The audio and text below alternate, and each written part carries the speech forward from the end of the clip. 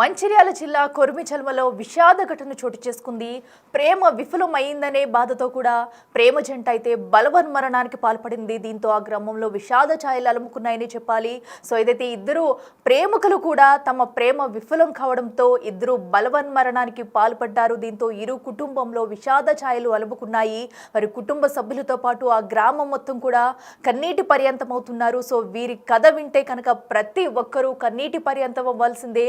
So ఎవరైతే వినయ్ అనే వ్యక్తి ఉన్నాడో, వినయ్ హితవర్షిని కూడా ఇద్దరు ప్రేమించుకున్నారు. అయితే వీళ్ళ ప్రేమ ఫలించకపోవడంతో అయితే ముందుగా కూడా హితవర్షిని ఆత్మహత్య చేసుకుంది. అది చూసి తట్టుకోలేక వినయ్ కూడా బలవన్మరణానికి పాల్పడ్డాడు. ఇంటి దగ్గర ఉన్న బావిలో దూకి ఆత్మహత్య చేసుకున్నాడు. ప్రస్తుతం అయితే వీరి కన్నీటి గాథ ప్రతి ఒక్కరిని కంటతడి పెట్టుస్తుందని చెప్పుకోవాలి. సో అయితే వీరి ప్రేమ విఫలం కావడంతో ఇద్దరు కూడా కలిసి ఉండలేము, అలాగే విడిపోయి ఉండలేము అన్నట్టుగా కూడా ఇద్దరం కలిసే చావాలి అన్న రీతిలో అయితే వీరి ప్రేమ కథ ఉందనే చెప్పుకోవాలి. సో హితవర్షిని చనిపోయిన అనంతరం కూడా వినయ్ అయితే బలవన్మరణానికి పాల్పడ్డాడు. ఇంటి దగ్గర ఉన్న బావిలో దూకి ఆత్మహత్య చేసుకున్నాడు.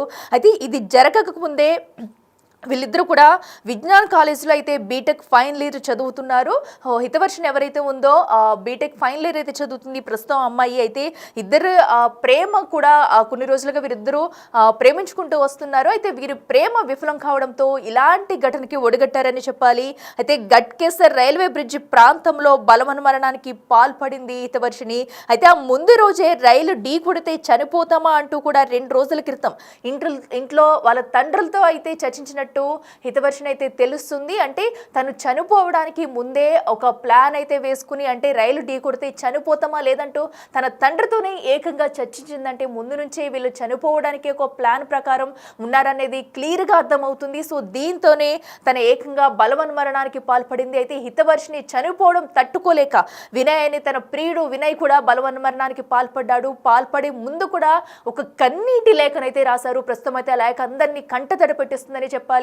వినయ్ కుటుంబ సభ్యుల్ని ప్రస్తావిస్తూ ప్రతి ఒక్కరి పేరు కూడా ఆ లేఖలో ప్రస్తావిస్తూ తన మనసులోని బాధను, తన హితవర్షిని ఎవరైతే ఉన్నారో తన ప్రియురాల్ని విడిచి ఉండలేక అలాగని ఇద్దరు కూడా మేము కలిసి ఉండాలి, చచ్చినా చావైనా బ్రతుకైనా తనతోనే అంటూ నిర్ణయించుకున్నామంటూ కూడా తను చనిపోయే ముందు ఒక కన్నీటి లేఖనైతే రాశారు. సో ఈ లేఖ అయితే మేము బిగ్ టీవీ స్క్రీన్ మీద అయితే ప్రజెంట్ చేయలేం, కానీ ఆ లేఖలో వినయ్ ఏం రాశాడనేది కూడా మీకు నేనైతే చెప్పే ప్రయత్నం అయితే చేస్తాను. సో ఈ లెటర్లో చూసుకున్నట్టయితే ప్రతి ఒక్కటి కూడా తన మనసులోంచి ఎంత బాధపడుతూ హితవర్షిని లేడు ఈ లోకంలో అనేది కూడా తను జీర్ణించుకోలేకపోయి తన దగ్గరికి వెళ్ళిపోవాలి, నేను లేకపోతే తను ఉండలేదు అంటూ కూడా తన మనసులో బాధని ప్రతి ఒక్కటి అక్షరూపంలో అయితే లేఖలో పేర్కొన్నాడు. అసలు ఒకసారి మీకు ఆ లేఖలో ఏముందనేది కూడా చదివే ప్రయత్నం నేను చేస్తాను. అమ్మ నాన్న మమ్మీ బాబాయ్ నన్ను క్షమించండి అంటూ కూడా ముందు తనైతే ఈ లెటర్ అయితే స్టార్ట్ చేశాడు. నేను నా హనవ్వ లేనిదే బ్రతకలను. హనవ్ అంటే హితవర్షిని ఎవరైతే ఉందో తనని అటు ముద్దుగా కూడా హని అంటూ పిలుచుకునేవాడంట, హనవ్వ అంటూ. సో ఆ పేరునే ప్రస్తావిస్తూ అయితే ఈ లెటర్లో రాసుకొచ్చాడు ప్రస్తుతం అయితే. సో హనవ్ అంటే నాకు చచ్చేంత ఇష్టం, నేను కూడా తనకి అంతే ఇష్టం. సో తను లేనిదే నేను లేను, నేను లేనిదే తను లేను, మేమిద్దరం కూడా ఒకరిని విడిచి ఒకరు ఉండలేము, అది చావైనా బ్రతికైనా ఇద్దరం కలిసి ఉండాలి అంటూ కూడా ఈ లేఖలో అయితే ప్రస్తావించాడు వినయ్ అయితే. సో అయితే అది తను లేనన్నది ఎవరైతే హితవర్షిని చనిపోయిందో తను లేనని తెలిసినప్పటి నుంచి కూడా నా ప్రాణం నా చేతిలో లేదు. పాపం నా హనవ్వ ఎంత నరకయతంతో ఆ ప్రాణాలు విడిచిందో అది తలుచుకుంటేనే నా వల్ల అవ్వడం లేదు. నా హనవ్వ ఎక్కడ ఉంటే నేను కూడా అక్కడే ఉంటాను. గతంలో నేను నా బంగారు తల్లికి మాట ఇచ్చాను, నాకంటూ ఈ భూమి మీద కొందరే ఉన్నారు, అది నువ్వు మమ్మీ నాన్న అంటూ ఫోన్ చేస్తేనే మాట్లాడతాడు. కానీ నా హనవ్వకే తెలుసు నాకు నా నాన్న అంటే ఎంత ఇష్టమో, నా అమ్మ ఇది ఎందుకంటే నా కుటుంబ సభ్యులు ఎంత ఇష్టం అంటూ కూడా తనకు చెప్పుకొస్తూ ఆ లేఖలు అయితే ప్రస్తావించాడు. సో ఎవరైతే ఉన్నారో తను ప్రేమించిన హితవర్షిని అంటే తనకు ఎంత ఇష్టమో అలాగే వారి కుటుంబ సభ్యులు, వారి డాడీ మమ్మీ వాళ్ళ బాబాయ్ పిన్ని వాళ్ళ నేమ్స్ కూడా మెన్షన్ చేస్తూ రాశాడు. సో ఎందుకంటే తను లేనిదే నేను ఉండలేను, కానీ నేను ఇలా చేయడం కరెక్ట్ కాదు, మీరందరూ కూడా నాకు ముఖ్యం, కాకపోతే నా హనవ్వ కూడా నాకు ముఖ్యం, నేను లేకపోతే తను ఉండలేదంటూ కూడా లేఖలో అయితే ప్రస్తావించాడు. సో అలాగే ఇంకా మళ్ళీ చెప్తున్నా, నా హనవ్వ పక్కనే నేను ఉండాలి. ఒకవేళ నేను చనిపోతే తన పక్కనే నన్ను తన సమాధి పక్కనే నా సమాధి కూడా ఉండాలంటూ కూడా తను రాసుకొచ్చాడు. నా బంగారు తల్లి పూజల ఫలితం కనీసం వచ్చే జన్మలైనా ఫలించి అప్పుడైనా పెళ్లి చేసుకుంటాం.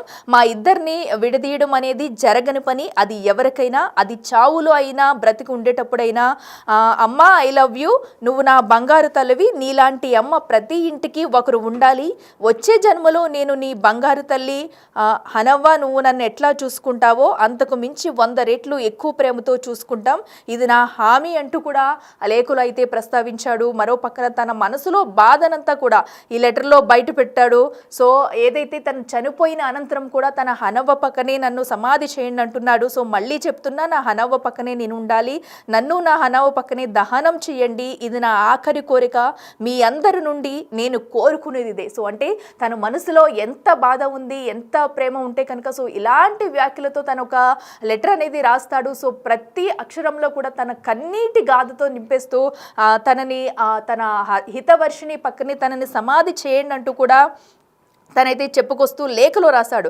పాప ఆ పిచ్చిది ఎట్లా ఉంటూ అనుకుంటుందో, నేను లేనిది పైకి పోయి నేను సర్ప్రైజ్ ఇవ్వాలి. అంటే తను చనిపోయింది కాబట్టి తను లేనిదే నేను ఎలా ఉంటుంది అనుకుంటుందో, కానీ నేను కూడా చనిపోయి తన దగ్గరికి వెళ్ళి తనకు సర్ప్రైజ్ ఇస్తానంటూ కూడా కొన్ని వ్యాఖ్యలు రాసుకొచ్చాడు. అయితే ఇవన్నీ చూస్తూ కూడా సో ఈ లెటర్ చూసిన ఎవరికైనా సరే కన్నీటి గాథ మిగిల్చిందని చెప్పుకోవాలి. వారి కుటుంబ సభ్యులతో కూడా, వారి గ్రామంలో ప్రతి ఒక్కరూ ఈ లెటర్ చూసిన ప్రతి ఒక్కరూ కూడా కన్నీటి పర్యంతం అవుతున్నారు. సో ఇప్పుడు అటు వినయ్ కుటుంబ సభ్యులు ప్రతి ఒక్కరూ కూడా కన్నీటి పర్యంతం అవుతున్నారు. ఈ లేఖను చూసుకుని కుమిలి ఏడుస్తున్నారని చెప్పుకోవాలి. సో ఎందుకంటే ఇద్దరు కూడా తిరిగిరాని లోకాలకు వెళ్ళిపోయారు ప్రస్తుతం అయితే. సో ఈ లేఖను రాసి తను పక్కనే ఉన్న బావిలో, సో మనకి ఫైనల్గా కూడా చూసుకున్నట్టయితే ఈ లేఖను రాసిచ్చి, నా హనవ్వ పక్కనే నన్ను దహనం చేయండి, ఇద్దరిని వేరు చేయొద్దు, మేమిద్దరం కలిసే ఉండాలి. ఇట్లా మీ అందరికీ నేను ఇలా చేయడం కరెక్ట్ కాదని నాకు తెలుసు, కానీ నా హనవ్వని విడిచి నేను ఉండలేను, మళ్ళీ వచ్చే జన్మంటూ ఉంటూ మీకే పుడతానంటూ కూడా వాళ్ళ పేరెంట్స్ని ఉద్దేశించి రాసిన లేఖ అయితే ఇప్పుడు ప్రతి ఒక్కరిని కంటతడి పెట్టిస్తుంది. మీరందరూ జాగ్రత్తగా ఉండాలంటూ కూడా కుటుంబ సభ్యులకి జాగ్రత్త చెబుతూ తన ఇంటి పక్కన ఉన్న బావిలో దూకైతే సూసైడ్ చేసుకున్నాడు. దీంతో ఆ గ్రామంలో విషాద ఛాయలు అలుముకున్నాయని చెప్పుకోవాలి. సో ఇక ఇదే అంశానికి సంబంధించి మరింత సమాచారం అందించేందుకు మా ప్రతినిధి ఇర్ఫాన్ అయితే ఉన్నారు. ఎస్ ఇర్ఫాన్, చెప్పండి. మనం చూస్తున్నాము ప్రేమ జంట విఫలం అవ్వడంతో 2 గ్రామంలో అయితే విషాద ఛాయలు అలుముకున్నాయి. 2 ప్రాణాలు పోయాయి. వారి కుటుంబ సభ్యులు కూడా కన్నీరు మున్నీరుగా విలిపిస్తున్నారు. అలాగే వినయ్ రాసిన లెటర్ని అయితే మనం చూస్తున్నాము. తను ఎంత బాధతో కూడా ఆ లెటర్లో ప్రతి ఒక్కటి ప్రస్తావించాడు. కుటుంబ సభ్యుల గురించి, ఆ అమ్మాయి గురించి, తన దగ్గరికి వెళ్ళాలంటూ కూడా. అసలు ఏం జరిగింది, ఇప్పుడు వారి కుటుంబ సభ్యులు ఏమంటున్నారు అసలు? హృదయాన్ని కలిచి వేసేటటువంటి సంఘటన ఇది మంచిర్యాల జిల్లా దండేపల్లి మండలం కొరుమిచెల్మ గ్రామంలో చోటు చేసుకుంది. అయితే ప్రేమ విఫలమైందని చెప్పేసి ఇద్దరు ప్రేమికులు ఆత్మహత్య చేసుకున్నటువంటి విషాదకర సంఘటన చోటు చేసుకుంది. ఇటు హైదరాబాద్ లో రైలు కింద పడి ప్రియురాలు హితవర్షిని ఆత్మహత్య చేసుకోగా, ప్రియురాలు ఇక లేదు అని మరణ వార్త తెలిసి వ్యవసాయ బావిలో పడి ప్రియుడు వినయ్ కూడా ఆత్మహత్య చేసుకున్నటువంటి విషాదకరమైన సంఘటన చోటు చేసుకుంది. అయితే దండేపల్లి మండలం రాజంపేట గ్రామానికి చెందిన వెనంక వినయ్ అనే 27 ఏళ్ల యువకుడు పాత కొమ్ముగూడెం గ్రామ శివారులో గల వ్యవసాయ బావిలో పడి మృతి చెందిన సంఘటన చోటు చేసుకుంది. అయితే వినయ్ హైదరాబాద్ లో తన ప్రియురాలు మృతి చెందడంతో మనస్తాపం చెంది తాను లేనిదే ఇక తాను బ్రతకలేనంటూ లెటర్ రాసి కూడా ఆ బావిలో దొరికి ఆత్మహత్య చేసుకున్నటువంటి పరిస్థితి ఉంది. అయితే ఇప్పుడు తను రాసిన లెటర్ కూడా చదివిన ప్రతి ఒక్కరిని కూడా కంటతడి పెట్టిస్తున్నటువంటి పరిస్థితి ఉంది. ఇటు తను ఎవరైతే హితవర్షిని ఉందో, తన ప్రియురాలు ఉందో, ఈ జన్మకి తనే 100 ఏళ్ళు తనకు తోడుగా ఉంటుందని చెప్పి అనుకున్నాను. అయితే ఆ ఆత్మహత్య చేసుకుని రైలు కింద పడి ఆత్మహత్య చేసుకున్నటువంటి సందర్భంలో తను ఎంత బాధ అనుభవించి ఉంటుందో అని చెప్పేసి తీవ్ర మనోవేదనకి వినయ్ గురైనట్టుగా తెలుస్తా ఉంది. తను చనిపోయింది అని తెలిసిన క్షణం నుండి అసలు తన ప్రాణంలా లేదని, అసలు ఏం చేయాలో, ఎటు వెళ్ళాలో, ఏం చేయాలో అనేది కూడా ఆలోచన లేదని, ఆలోచన రావట్లేదని చెప్పి కూడా వినయ్ ఆ లెటర్ లో ప్రస్తావించడం జరిగింది. అయితే బ్రతికి ఉంటే ఇద్దరం కలిసి బ్రతుకుతామని చెప్పేసి గతంలో మాటిచ్చాను. అయితే వచ్చే జన్మలోనైనా తన ప్రియురాలతో ఉండాలి అనే ఒక ఆలోచనతో నువ్వు ఆత్మహత్య చేసుకోవడం జరిగింది. అదే ఆలోచన తన మెదడులో తిరుగుతూ ఉండి అది తన ప్రియురాలు ఎవరైతే ఉందో తన కోసం వెయిట్ చేస్తుంటుందని, ఒంటరిగా ఉంటే భయపడుతుంది కాబట్టి నేను ఆమె దగ్గరికి వెళ్ళి సర్ప్రైజ్ ఇవ్వాలి, జీవితాంతం బ్రతికుంటాం అనుకున్నాం కానీ, కలిసి బ్రతుకుతాం అనుకున్నాం కానీ బ్రతకలేని పరిస్థితుల్లో ఇప్పుడు చనిపోయినాక చావులోనైనా తామిద్దరం ఒకటిగా ఉండాలని చెప్పేసి అయితే స్పష్టంగా లెటర్ లో రాసి మరి ఆయన ఆత్మహత్య చేసుకున్నటువంటి పరిస్థితి ఉంది. అయితే ఇటు తన తల్లిదండ్రులకు వివరిస్తూ తను లేనిదే బ్రతకలేని, తన చావు వార్త తెలిసినప్పటి నుండి ప్రాణంలా లేదని అని చెప్పేసి కూడా రాయడం జరిగింది. అయితే నిజమైన ఆ ప్రేమ ఎట్లుంటుందని అంటే ప్రియురాలు ఆత్మహత్యకు అయితే కారణాలు తెలిసి రాలేదు కానీ తను లేకుండా ఎట్టి పరిస్థితుల్లో ఒక క్షణం కూడా తాను బ్రతకలేని అయితే ఆత్మహత్య. ఈ ఘటనకు ముందు ఆ ఇంట్లో ఏమన్నా తను ఏమన్నా వారి కుటుంబ సభ్యులతో ఏమన్నా దీని గురించి ఏమన్నా మాట్లాడా? అంతే ఇలాగ నేను లవ్ చేస్తున్నాను కానీ ఎందుకు విడిపోవాల్సి వచ్చింది, అసలు వారి కుటుంబ సభ్యులు ఏమన్నా మాట్లాడారు ఇప్పటి వరకు?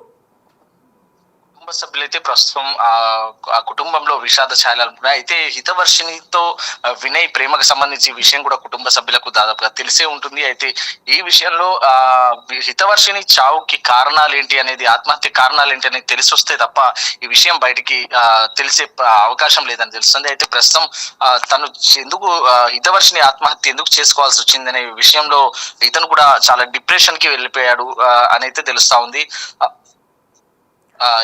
వినయ్ ఆ తర్వాత తను లేనిది అసలు ఈయన ఉండలేను, అసలు నేను బ్రతికి ఉండడమే గగనం అని భావించి ఆత్మహత్యకి ఈ దారుణానికి ఒడిగట్టినట్టుగా అయితే తెలుస్తుంది. అఖిల, ఇర్ఫాన్, అయితే ఈ ఘటనకు సంబంధించి ఇప్పటి వరకు పోలీసులు కేసు నమోదు చేసుకున్నారా? అటు వినయ్ కుటుంబ సభ్యులు కూడా పోలీసులను ఆశ్రయించారా? సో ఎందుకంటే ఇదంతా కూడా ఇంట్లో ఉండే లెటర్ అయితే రాశాడా లేదా బయట ఎక్కడన్నా కూడా రాసుకొచ్చి ఉంచారా? అసలు వినయ్ తల్లిదండ్రులు ఏమైనా మాట్లాడారా?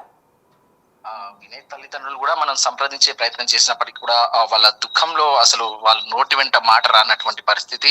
చేతికి అందొచ్చినటువంటి 27 ఏళ్ల వయస్సున్న కొడుకు ప్రాణాలు తీసుకుంటే ఆ తల్లిదండ్రులు అసలు మనోవేదన ఎలా ఉంటుందనేది కూడా తెలిసిందే. అయితే వినయ్ కి సంబంధించిన తల్లిదండ్రులు కూడా మాట్లాడించే ప్రయత్నం చేసిన వాళ్ళు మాట్లాడే పరిస్థితుల్లో లేరు. అయితే చివరిగా వినయ్ తను ప్రాణంగా ప్రేమించే తన అమ్మ, నాన్న, బాబాయ్ వీళ్ళందరికీ కూడా ప్రాణంగా ప్రేమించే అందరికి కూడా సెలవు అంటూ ఇక నా జీవితం ఇంతటితో ముగిసిందంటూ కూడా లేఖలు ప్రస్తావించడం జరిగింది. అయితే ప్రస్తుతానికి సంఘటనకు సంబంధించి పోలీసులు కూడా కేసు నమోదు చేశారు.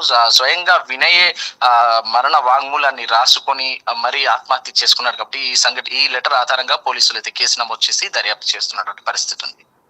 Right Irfan, thank you. So ఏదైతే కూడా అటు హితవర్షిని మరణించడానికి గల కారణాలు తెలిస్తే కానీ ఈ కేసులో అసలు ఏం జరిగిందనేది బయటకు వచ్చే అవకాశం కనిపించట్లేదు. ప్రస్తుతం అయితే పోలీసులు ఈ ఘటనకు సంబంధించి కేసు నమోదు చేసి దర్యాప్తు చేస్తున్నారు. మరో పక్కన అటు వినయ్ కుటుంబ సభ్యులను సంప్రదించే ప్రయత్నం చేస్తాం కూడా వారు మొత్తం కూడా విషాద ఛాయల్లో అలుముకుని ఉన్నాయని చెప్పాలి. దీంతో వారి కుటుంబం మొత్తం కన్నీటి పర్యంతంతో నిండిపోయి ఉంది. సో ప్రస్తుతం అయితే వారు ఏం మాట్లాడలేని సిచ్యువేషన్లో ఉన్నారు. సో అయితే మరొక్కసారి బిగ్ టీవీ వారిని సంప్రదించిన అనంతరం కూడా అసలు ఏం జరిగిందని బయటపెట్టే ప్రయత్నం అయితే చేస్తుంది. సో అయితే ప్రస్తుతం వీరిద్దరికీ కూడా ఏం జరుగుతుంది అనేది ఈ కేసులో అసలు ఎలాంటి విషయాలు బయటకు వస్తాయనేది కూడా ఉత్కంఠంగా మారిందని చెప్పాలి. అసలు హితవర్షిని ఎందుకు చనిపోయింది, అటు హితవర్షిని కుటుంబ సభ్యులు కూడా బయటకు వచ్చి అసలు ఏం జరిగింది ఏంటి అనేది చెప్తే కూడా అసలే హితవర్షిని చావుకు గల కారణాలు అనేది తెలియాల్సి వస్తుంది. సో ఎందుకంటే తను ఏకంగా ఆ ముందు రోజే వాళ్ళ నాన్నతో కూడా సంప్రదించింది, వాళ్ళ నాన్నను కూడా అడిగింది. ఎందుకంటే ట్రైన్ ఢీ కొడితే చనిపోతామా నాన్న అంటూ కూడా వాళ్ళ నాన్నతో ఇది ఒక మాట్లాడినట్టు కూడా తెలుస్తుంది. అయితే అనంతరమే ఏదైతే గట్కేసర్ రైల్వే బ్రిడ్జ్ దగ్గర అయితే తను చనిపోయిన ఘోర విషాద ఘటన చోటు చేసుకుంది. దీంతో తను ముందుగానే ప్రీ ప్లాన్ గా ఉందా, లేదంటే వీరిద్దరూ కూడా వీళ్ళ ప్రేమకి అడ్డు చెప్పడం వల్ల చనిపోయారా, లేదంటే ఇంకేమన్నా జరిగిందా అనే ఉత్కంఠ అయితే నెలకొంది. సో పోలీసులు ఈ ఘటనకు సంబంధించి దర్యాప్తు చేసిన అనంతరం విషయాలు వెల్లడిస్తే కానీ అసలు ఏం జరిగిందనేది కూడా తెలిసేలా లేదు. ఇరు కుటుంబ సభ్యులు కూడా బయటకు వచ్చి అసలు హితవర్షిని చావుకు కారణం ఏంటా, ముందు రోజు ఇంట్లో ఏం జరిగింది, అసలు మరి కుటుంబ సభ్యులతో ఏం విషయాలు మాట్లాడింది అనేది కూడా ఉత్కంఠగా మారింది. ప్రస్తుతం అయితే ఏదైతే వినయ్ రాసిన లెటర్ ఉందో ఆ లెటర్ ఆధారంగా పోలీసులు అయితే దర్యాప్తు సాగిస్తున్నారు. సుమారుగా 3-4 పేజీల లెటర్ని అయితే వినయ్ రాశారు. ప్రస్తుతం ఆ లెటర్ ఆధారంగానే తన కన్నీటి గాథను మొత్తం కూడా ఆ లెటర్లో పంచుకున్నాడు. కుటుంబ సభ్యుల్ని విడిచిపోతూ తను ఎంత బాధ అనుభవిస్తున్నాడో, తన ప్రియురాలు దగ్గరికి వెళ్ళిపోవాలి అనే బాధను కూడా రెండూ చూపిస్తూ ఆ పల్లెటూరులో అయితే తనైతే బలవన్మరణానికి పాల్పడ్డాడు. పక్కనే ఉన్న వ్యవసాయ బావిలో దూకి ఆత్మహత్య చేసుకున్నాడు. కుటుంబ సభ్యులకి జాగ్రత్త చెప్తూ ఇది నేను చేయడం కరెక్ట్ కాదు, అయినా సరే నా హనమ్మ కోసం వెళ్ళిపోతున్నానంటూ తన లేఖ అయితే రాశాడు. అసలు ఇంత కన్నీటి గదతో ఎందుకు రాయాల్సి వచ్చింది? కుటుంబ సభ్యులు ఏమన్నా నో చెప్పారా లేదా ఇంకేమన్నా జరిగిందా అనేది కూడా ఉత్కంఠంగా మారింది. సో ప్రస్తుతం అయితే పోలీసులు దర్యాప్తు ప్రారంభించారు. సో అనంతరం కూడా ఈ ఘటనకు సంబంధించి విషయాలైతే బయటకు వచ్చే అవకాశం కనిపిస్తుంది.